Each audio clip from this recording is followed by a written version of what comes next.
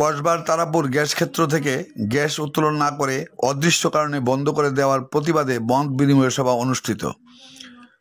মোহাম্মদ মোবারক হোসেন চৌধুরী নাসিরের তথ্যচিত্রে বিস্তারিত।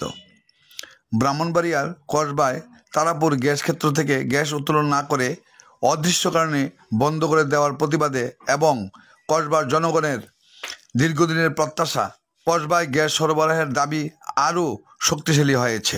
কসবায় চাই শীর্ষক আন্দোলনের আওতায় আজ শনিবার সকালে কসবা আদর্শ উচ্চ বিদ্যালয়ে মাঠে এক মত বিনিময় সভা অনুষ্ঠিত হয়। এতে বিভিন্ন শ্রেণী পেশার লোকজন অংশ নিয়েছেন। কসবা জাতীয় নাগরিক কমিটির আহ্বায়ক মোহাম্মদ মনিরুল হকের সভাপতিত্বে আয়োজিত এই সভায় মূল বক্তা ছিলেন আন্দোলনের আহ্বায়ক তানবীর ইসলাম শাহীন। তিনি বলেন, কসবা দীর্ঘদিন ধরে উন্নয়ন বৈষম্যের শিকার।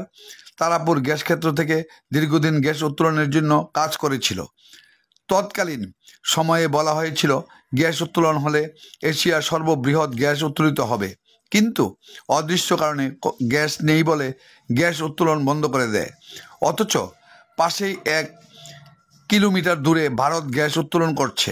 এতে করে বড় ধরনের কারসাজি হয়েছে। বিষয়টি আমার প্রধান উপদেষ্টা সহ সংশ্লিষ্ট দপ্তরগুলোতে জানালে 8 সদস্যের একটি কমিটি গঠন করা হয়েছে।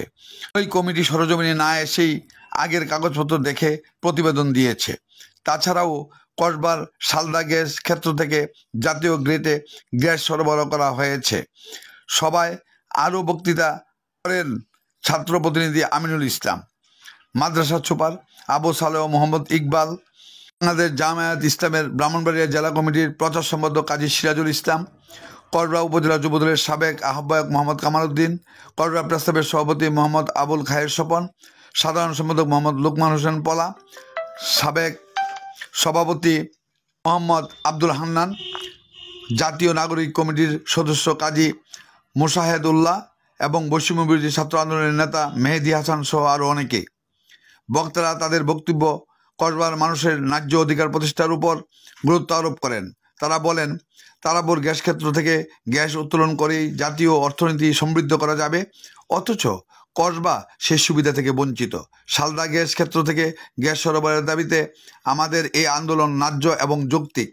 আন্দোলনের নেতারা জানান, দাবি আদায়ে শান্তিপূর্ণভাবে এই আন্দোলন আরও জোরদার করা হবে।